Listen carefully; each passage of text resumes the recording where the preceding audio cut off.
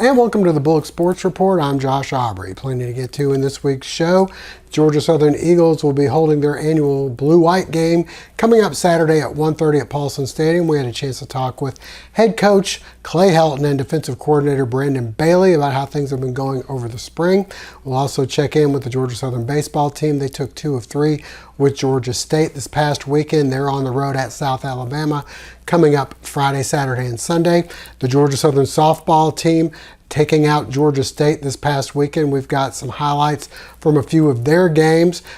This weekend they'll be playing host to Coastal Carolina. Also on the high school front, some high school baseball action from Bulloch Academy. They were taking on Gatewood. They have been one of the top teams in the state as far as the RPI rankings go for the GIAA.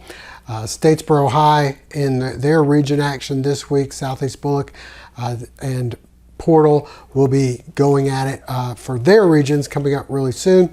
All that and more coming up on the Bulloch Sports Report. And a reminder before we go to break, hopefully you'll never be in an accident, but if so, please give our friends at the Sullivan Law Firm a call, 912-489-8888. or online at thesullivanlawfirm.com. Trust your eyes to the team that takes care of the Eagles. Professional Eye Care of Statesboro offers a full range of medical eye care, in addition to a wide assortment of glasses, sunglasses, and contact lenses to suit your style. I'm Dr. Horace Deal. Allow me or one of my associates to provide you with comprehensive medical eye care. And we can help you select from a variety of glasses and contact lenses here at Professional Eye Care of Statesboro.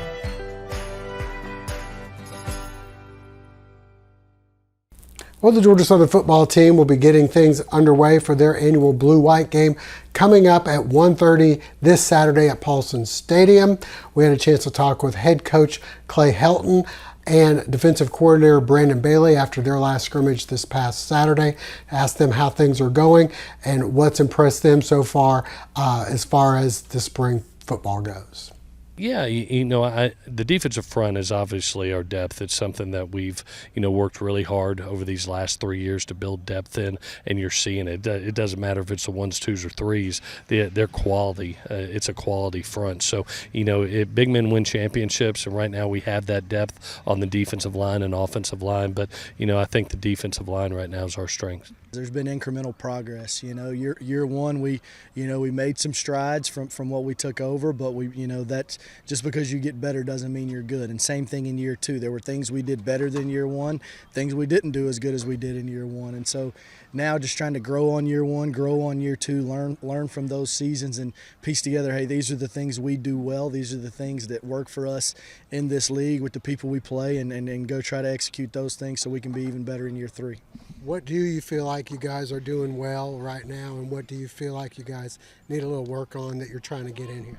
Yeah, well, the number one thing that's more important than anything I can do or any coach can do is our kids play hard, man. They love to play football, which is awesome to come be a part of every day. Now, the things we got to do better is really everything more consistently.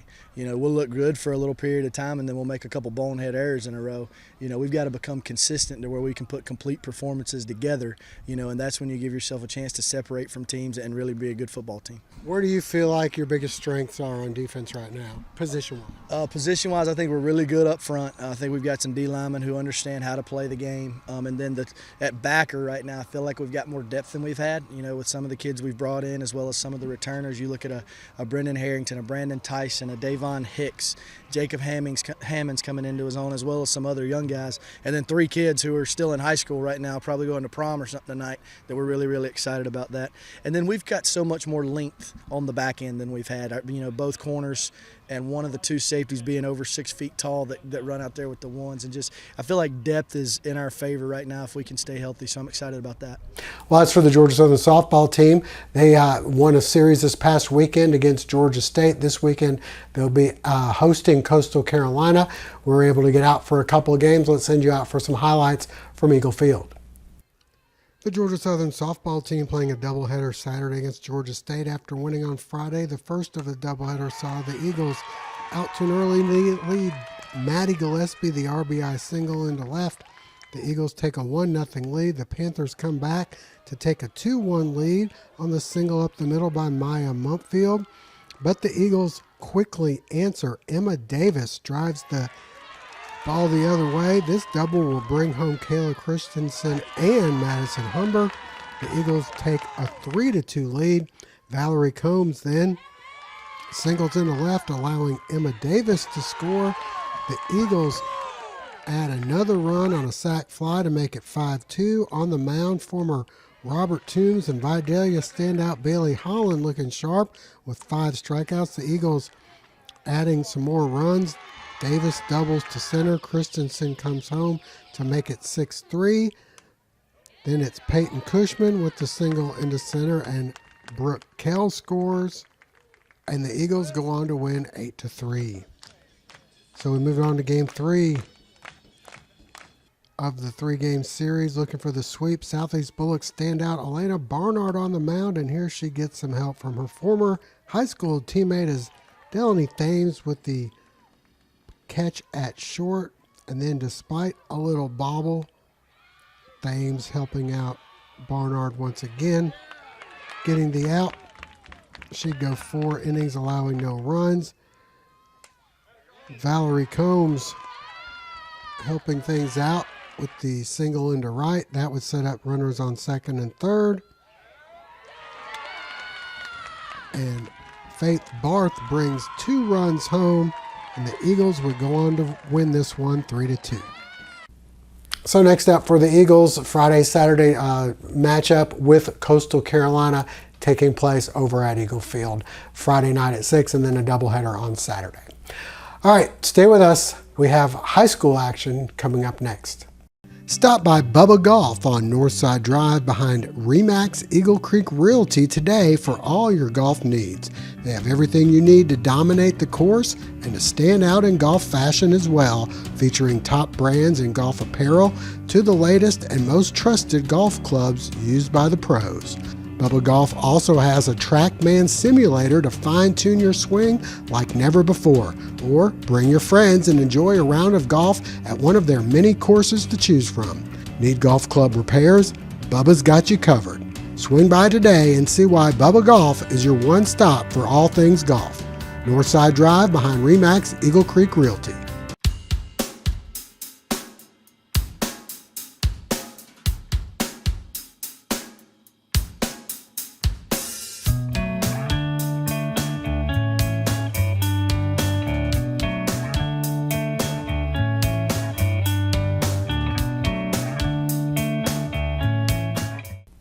Well, the Bulloch Academy Gators trying to make a run into the state playoffs. They've had some pretty impressive wins this year. Right now, they're playing in a tough region. Their schedule is, their record is 1 game under 500, but a big game with Gatewood coming up on Tuesday. Let's send you out for some of those highlights. The Bulloch Academy Gators looking to get back on track. Taking on Gatewood, things didn't start out too well. The Gators would walk in a run with the bases loaded. The bases still loaded, and a good play here to get the runner at home for the force, and then a chance to get out of the inning with only that 1 run, but the double play not quite in time. Another run scores to make it 2-0. The Gators having their problems as they try to advance the runner here. Instead, the pop-up ends up in a double play.